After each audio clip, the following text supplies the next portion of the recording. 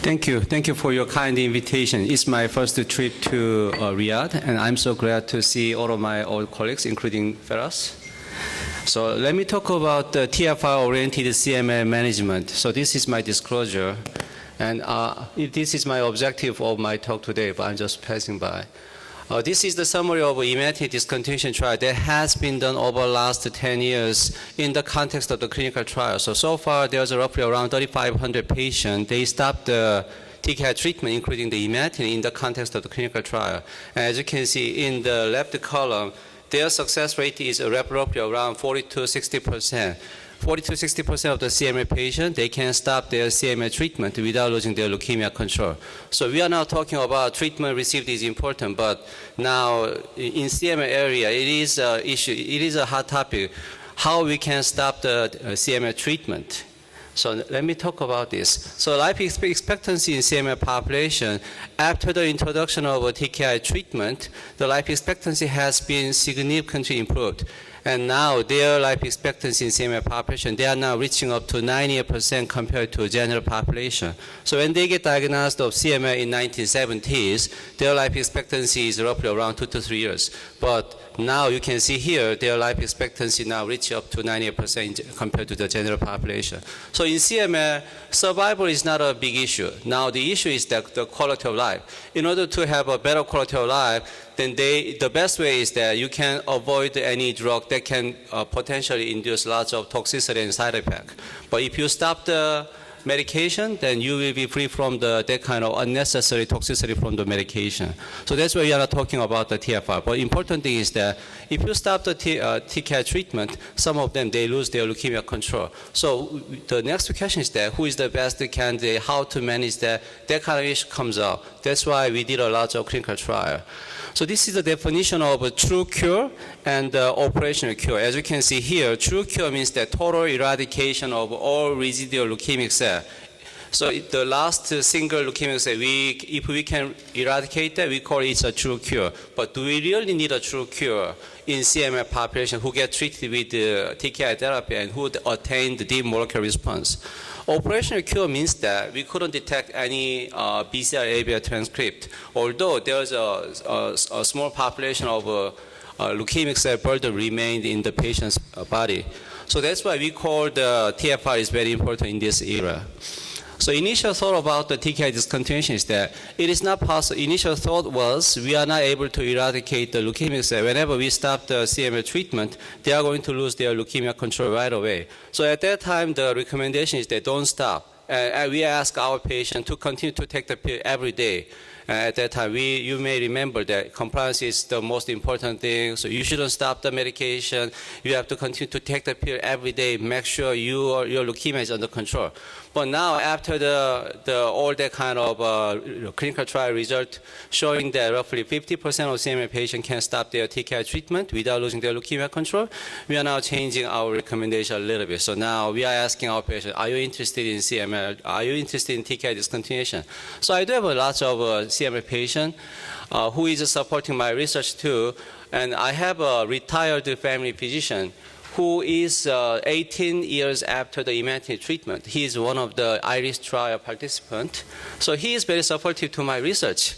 And he is willing to participate into a Canadian TKI discontinuation trial, but just as a control, which means that he doesn't want to stop the medication. So you may hear that. Once you introduce that kind of concept to your patient, some of your patients, they do not want to stop the medication, how to deal with that kind of issue as well. So this is the summary of all the TKI discontinuation trial. You see here, STEAM trial, Japan trial, Eurosky trial, TWIST trial, Ines Freedom trial, Canadian TKI discontinuation trial. And all of them consistently showing that roughly around 50 to 60% of the CML patients, they can stop their TKI treatment. This is the clinical questions. Some of them has been answered, some of them has not been answered yet. For example, what is the role of a second generation TKI in the context of the TFR? I'm going to talk about it in my talk, in the later part of my talk. I'm not going to go in detail one by one, but this is the most popular TFR candidate criteria that has been proposed by Dr. Tim Hughes. But you need to remember that this criteria is a kind of recommendation criteria in the context of Imatinib discontinuation, not in the context of the second generation TKI. So in his criteria, you see here, if they are in high risk, so-called, they are in yellow category. Green category means that they are the best candidate for TKI discontinuation. However, red one, they do not recommend to try TKI discontinuation. However, once you look at that, the patient who had a warning means that suboptimal response to Imatinib, based on this, they are not a good candidate. And especially if they fail the Imatinib treatment. Dr. Tim Hughes mentioned that he is not a good candidate for TKI discontinuation. However, nowadays, based on the lots of clinical trial, including the INEST study, we know that this patient also can be qualified for TKI discontinuation. And if they are qualified, their TFR rate was roughly around 50%. I will show you some data later. Number one issue for TFR candidate is if your lab is qualified for that kind of monitoring, whether you have a good quality of lab, which has a standardized IQ-PCR test and rapid turnaround time of PCR test within 4 weeks, and whether you have a structured follow-up based on the rapid intervention of TKI retreatment whenever the BCR transcriptor start to rise. If you do not have that, sometimes it is very dangerous. So please make sure that whether your lab is able to detect up to at least MR4, and their turnaround time is at least 4 weeks, and you have your own structure to act on some patient who is losing the response quickly. So in my case, I'm getting all the molecular tests via email from my molecular lab. And I'm just reviewing all the email. And if I see some patient who is losing their response, I quickly forward the email to my secretary to book the patient right away in the earliest clinic. And then I can start to TKI treatment after another consultation with the patient. That's my practice. So please make sure that you have that kind of structure in your clinic.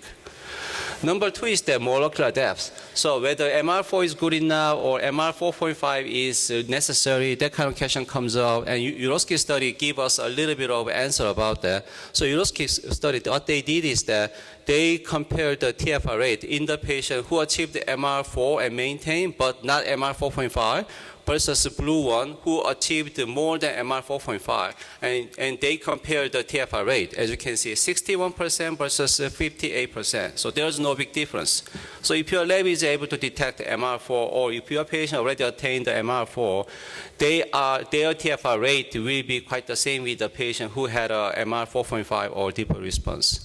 Next one is molecular monitoring frequency, whether we have to monitor them every month forever or we can monitor them every 3 months. My short answer will be this is a recommendation. As you can see here, most of them, they recommend monthly monitoring for first 6 months. The reason is that they will lose, if they are going to lose their response, 90% of the case, they will lose their response in first 6 months. But after the 6 months, 6 to 12 months, maybe it will be better to monitor them at least 2 months. And after the 1 year or 12 months, then it's okay to monitor them every 3 months. How long you have to monitor that? Probably right now, based on the data, you may have to monitor their PCR test every 3 to 6 months for good, for their lab right now. That's our current recommendation. Another important topic is TKI treatment duration versus DMR duration. So now you see here, this is total TKI treatment duration, and this is time to DMR. Time to DMR, MR4 or MR4.5, doesn't matter. Probably, if you already have a MR4, that should be now. And MR4 duration versus MR4.5 duration, which one is more important? I will show you some quick answer about that. So this is based on the Urosky data. So the left side, you see that the impact of MR4 duration over the total TKI treatment duration, that show the hazard ratio, odds ratio of 1.13, which means that roughly 1 additional year of TKI treatment, it increased their TFR rate by 3%. So for example, some patient who get treated for 4 years, their TFR rate was roughly around 52%. It can be improved by 2 additional years of TKI treatment. You can improve their TFR rate to probably roughly around 60%. So then, what will be the best cutoff? When do you recommend to your patient to start TKI treatment? Well, after they get treated for 5 years or 10 years or 20 years? So that kind of question is going to come up. But another issue is that then the time to DMR is important. My short answer is no, based on this. So there's a hazard ratio is 1.04. So time to MR4 or MR4.5 is not that important in terms of a prediction for their TFR success. This is all clinical trials that has been done. You see here, STEAM trial, their TFR rate was around 40%, and their median TKI treatment duration was roughly around 4.5 years. And this is Eurosky trial, which has a median of roughly 6 years, and their TFR rate was around 50%. And this is our Canadian TKI discontinuation trial. Median TKI treatment duration was 8.5 years, and you see here TFR rate was roughly around 60%. So you see some correlation between the TKI treatment duration and TFR success. One of the extreme examples is Canadian TKI discontinuation trial, called the trial. I'm the PI for that trial. And you see here, we started this trial in 2015. So we started too late. Probably that is the reason that their median Imatinib treatment duration was 9 years. This is the clinical trial with the longest TKI treatment duration in the context of TKI discontinuation. And you see here, our TFR rate can reach up to 70%. And the small number of the population who was taking the Imatinib more than 10 years, we have analyzed their TFR rate. Their TFR rate was actually 91%. So probably the longest their TKI treatment duration, then you can maximize their TFR success. However, you cannot generalize this kind of rule to all of your patients. So then the next question is that what is the best cutoff? So based on that cutoff, probably I will say that this is a Team Hughes criteria, NCCN guideline, ESMO guideline. It is reasonable, it is really reasonable to say that TKI treatment duration over 5 years and the DMR duration over 2 years. If you accept that kind of cutoff for being qualified for the TFR, I guess it is very reasonable approach. Next part is then do we apply the same rule for second generation TKI? Imatinib frontline therapy and Imatinib discontinuation trial data, there's tons of other kinds of data, but in the context of the second generation TKI, can you apply the same rule of 5 years and 2 years of DMR duration as a minimum criteria for TFR? My short answer is yes, but probably case by case, depending on their clinical situation. The reason why I'm saying clinical situation is that, for example, the patient who get treated with the second generation TKI as a first line, you might be able to shorten their treatment duration by using the second generation before you stop their TKI with the same result of TFR success. For the second line setting, it is on debate.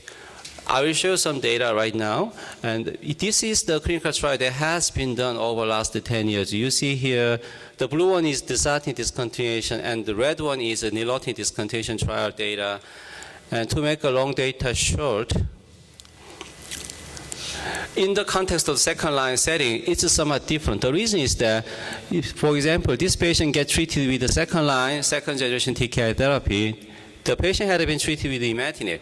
You cannot use the total TKI duration as a predictor for your TFR success, because after switching the medication, you have to account their second-generation TKI duration only, because after that, after the second-generation TKI initiated, they achieved MR4. So MR4 duration doesn't correlate with your total TKI treatment duration, but it correlates with your second-generation TKI treatment duration. So you have to account that. This is second-generation TKI discontinuation trial data. This is Nilotinib data. This upper part is Nilotinib data, and lower part is Dasatinib data. I want you to pay attention to their TFR rate first. You see the TFR rate is similar, roughly around 50 to 60%, whether you go ahead with the Nilotinib or Dasatinib, first line, second line.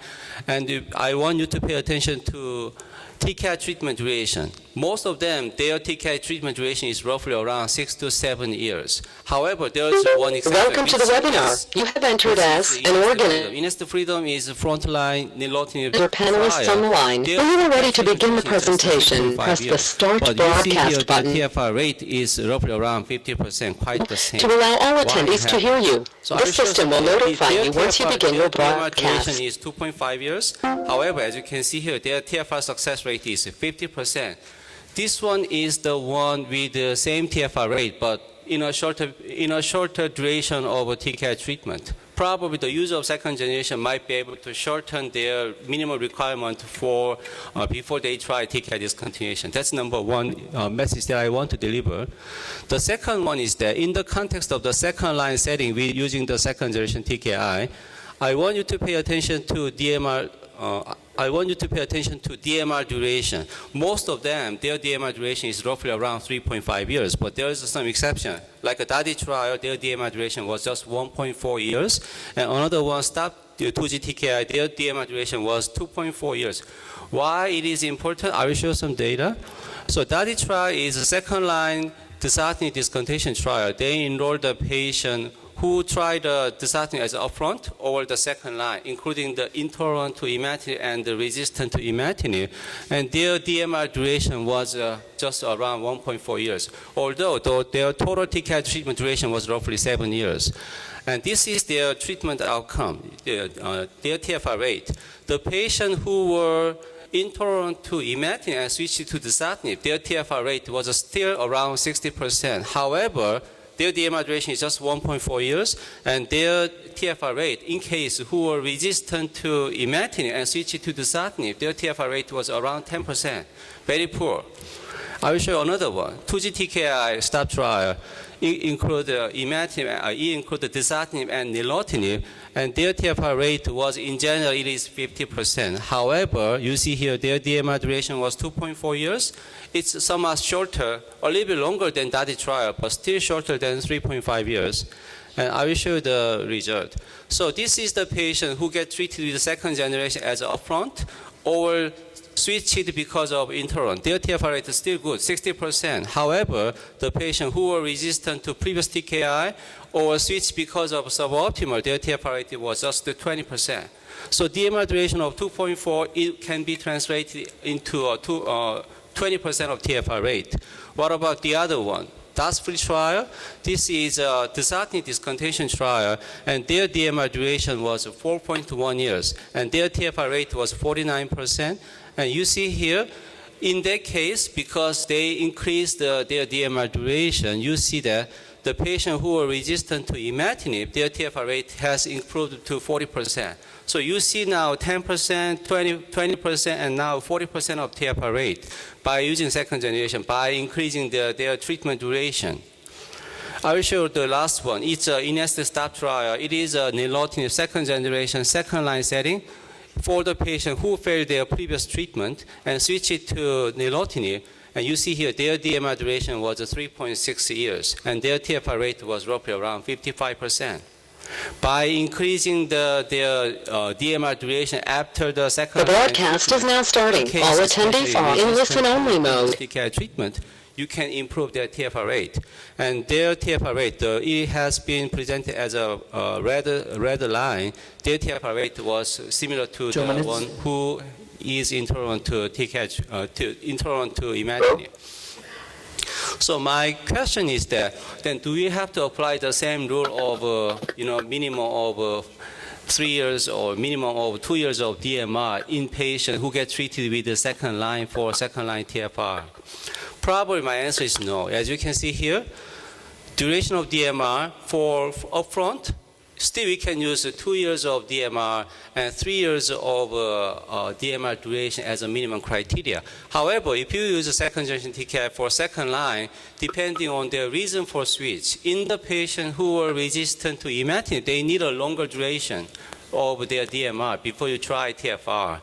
So that's my message.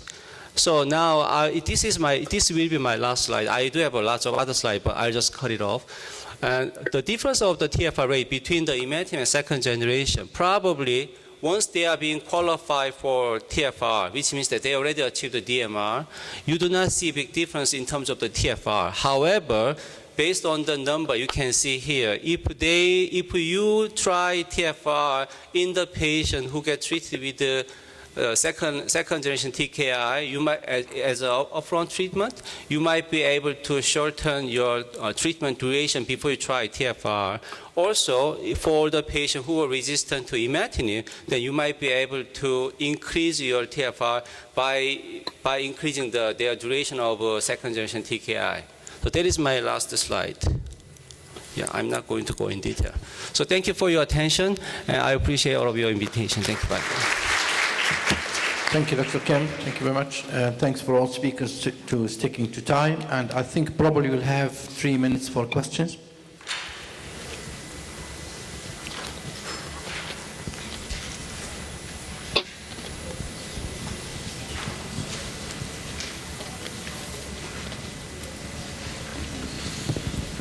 Thank you very much for your lectures. Actually, I'm very much interested in the CML patient with discontinuation of their medications, which is based on the molecular response. I just want to say a comment whether you agree with me or not. Maybe the duration of exposure to TKI post, for example, post-remission, if the patient, for example, achieved major molecular response with 4.5 or even 5, that duration after that response might be actually taking a good response for those patients to achieve cure. I'm saying that because I've done this with my patient and I've noticed those who achieved that one, and I continue to use Imatinib for them like 2 or 3 years. When I stopped it, they never been relapsed.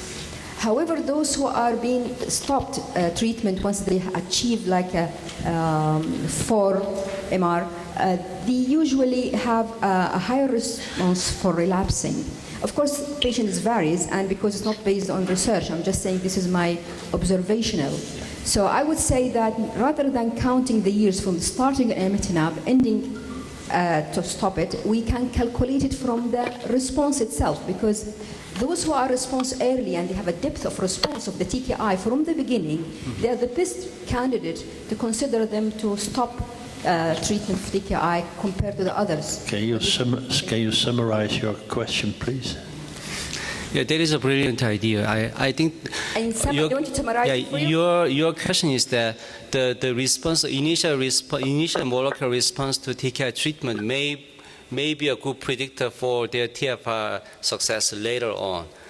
This is number one. And the other thing, if we calculate the years after the response and the duration of exposure of TKI after the major molecular response or complete molecular response is usually more predictor than the whole years of exposure to TKI. I thought that this is the best timing. And your second question is that DMR, we call it DMR duration. Deep molecular response duration is more important than the total TKI treatment duration. I totally agree with you. So even including our Canadian TKI discontinuation, I analyzed it. The DMR duration seems to be the most important parameter for their successful TFR attempt. I agree with you. For your first question, you don't have. Okay, thank you very much, Dr. Kim. I think we have to finalize the leukemia session, and I